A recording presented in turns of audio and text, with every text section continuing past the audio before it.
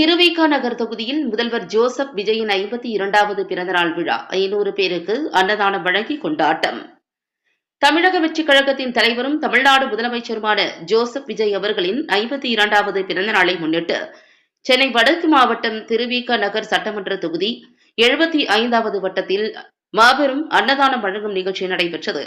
ஓட்டேரி கொன்னூர் நெடுஞ்சாலையில் நடைபெற்ற இந்த நிகழ்ச்சிக்கு சென்னை வடக்கு மாவட்ட செயற்குழு உறுப்பினர் R.K. அசோக்குமார் தலைமை வகித்தார். நிகழ்ச்சியில் சிறப்பு அழைப்பாளராக சென்னை வடக்கு மாவட்ட கழக செயலாளரும் திருவிக நகர் சட்டமன்ற உறுப்பினருமான M.R. பல்லவி கலந்து கொண்டு கழக கொடியை ஏற்றி வைத்து நிகழ்ச்சியை தொடங்கி வைத்தார். இதனைத் தொடர்ந்து முதல்வர் ஜோசப் விஜய் அவர்கள் நீடூழி வாழ வேண்டி சாய்பாபா ஆலயத்தில் சிறப்பு பூஜை மற்றும் ஆராதனை நடைபெற்றது. பின்னர் சுமார் 500க்கு மேற்பட்ட பொதுமக்களுக்கு அன்னதானம் வழங்கப்பட்டது.